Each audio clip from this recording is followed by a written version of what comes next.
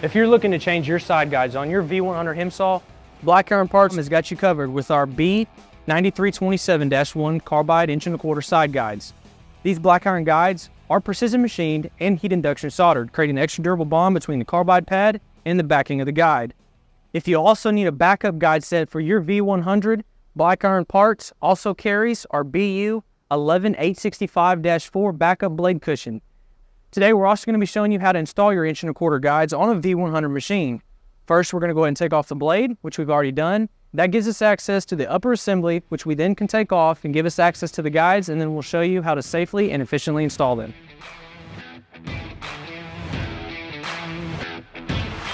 Alright, so the main tools that we're going to need today is going to be a 3/16 Allen wrench, an 1/8" Allen wrench, a good set of small snap ring pliers, and possibly a flathead screwdriver just to help us clean any debris out of the upper and lower guide assembly. That way we can get to the guides effectively. So first we're going to take our 3/16 Allen wrench, then we're going to open up this upper guide assembly by loosening up this Allen head cap head bolt. Remove the side of the upper assembly. So you just want to make a mental note that you have a pin on side and a countersunk screw on side, and you will need one of each for both the upper and lower assembly. Now that we've got our upper assembly apart, we're going to take our 1/8" Allen wrench. We're going to take off this front guide.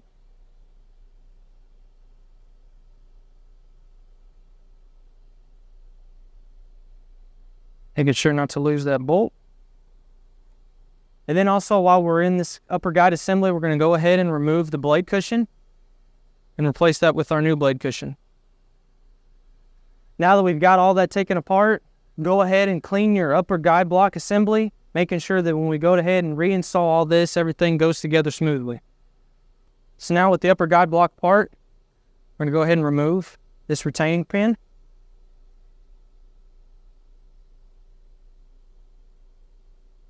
Making sure not to damage that clip. We don't want to lose that clip because we're going to reuse this clip if you don't have a new one on hand.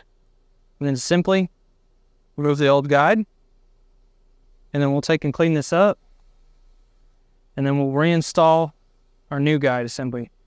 So when you get your new guide, make sure that you're going to have 2 countersinks and 2 pin-ons. And with the chamfered side, where the blade's going to enter this carbide guide, we're going to put that to the top, as it would be in that orientation on the machine. So always put your chamfer where the blade is going to enter the carbide guide. Alright, then we're going to pin this guide back on.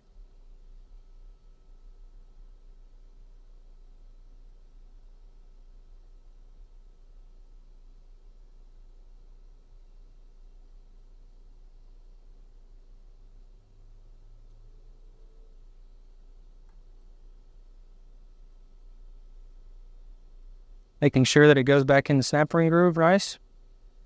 And now you've installed your first of the 2 side guides for the top of this machine. Next, we're going to take our countersunk, reuse our old screw, clean the threads off, it goes back in machine nicely.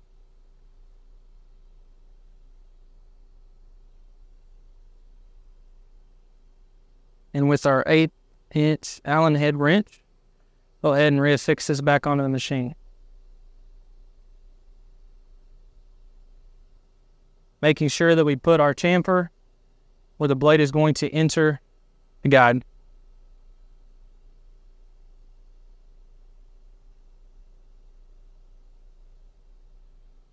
We can now install our backup cushion.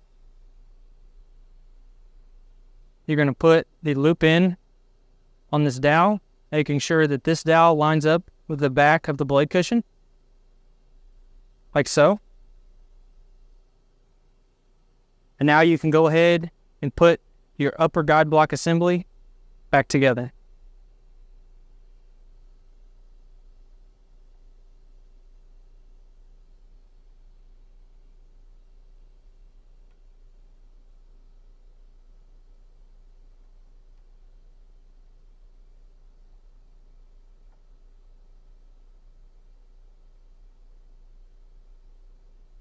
Leaving it a little loose That way we can get the blade back in.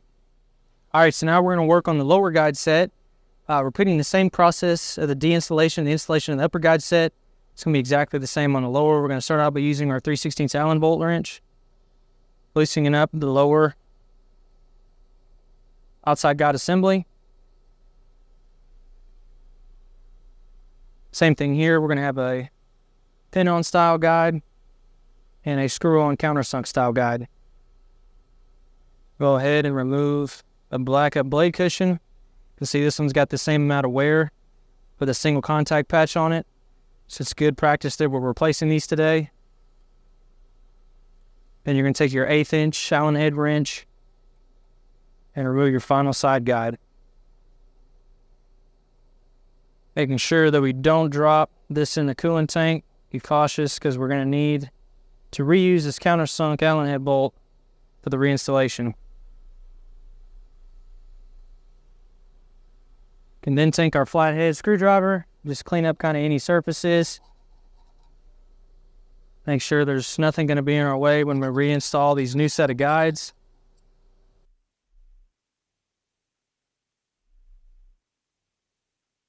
Finding our according counter head sunk guide. Chamfer side up. With our 1/8 inch Allen head wrench, we're going to reinstall this guide. Making sure that this lines up with this nice machine slot. Try to get it as straight as possible. We'll get tightened down. All right, with that guide installed, we now can put our blade cushion back on. You're going to note that this one's going to be opposite the blade guide that we installed earlier. It's going to be vertical.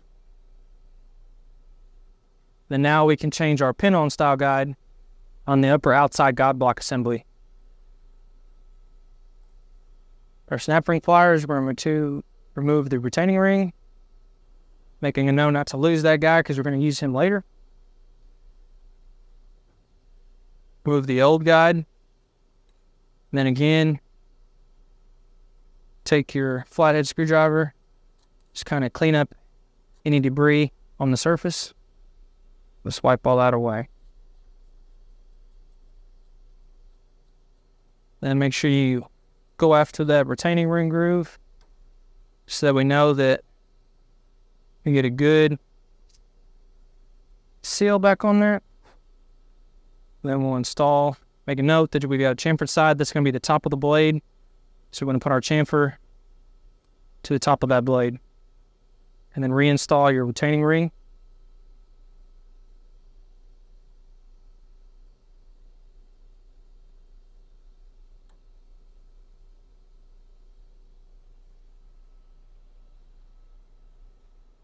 And now you can reinstall our upper guide block assembly.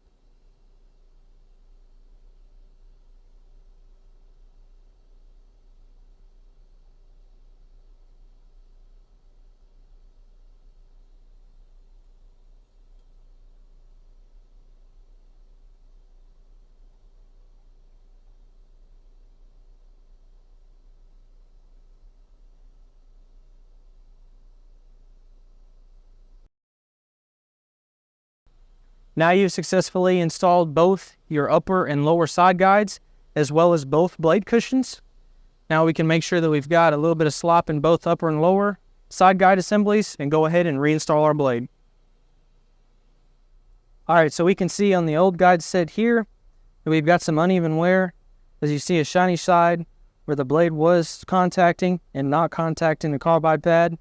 It looks like we're making a good contact patch along the bottom, but this guide probably was not precision ground and gives us thus an uneven wear pattern on the carbide guide, whereas on our new guides, we have a nice surface ground top and bottom with a good chamfer to give us a good contact patch on our new guide installation with black iron parts.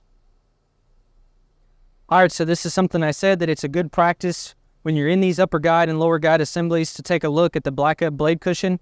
This set definitely needed to be changed. As you can see after years of wear, that this spring back blade cushion is now just about completely compressed and is creating an uneven wear pattern where it's putting a lot of contact pressure on one specific point on the back of the blade. As you can see, this little wear mark. With this one, it's nice and opened up, and we'll have a good, consistent, clean contact patch across this entire piece of carbide with the new blade cushion. Now you successfully installed your new carbide side guides on your V100. If you need any other aftermarket parts for your HIMSAW, we do carry an extensive inventory of carbide side guides for HIMSAW, as well as many other bandsaw manufacturers. We also carry coolant, chip brushes, and a lot more at blackironparts.com.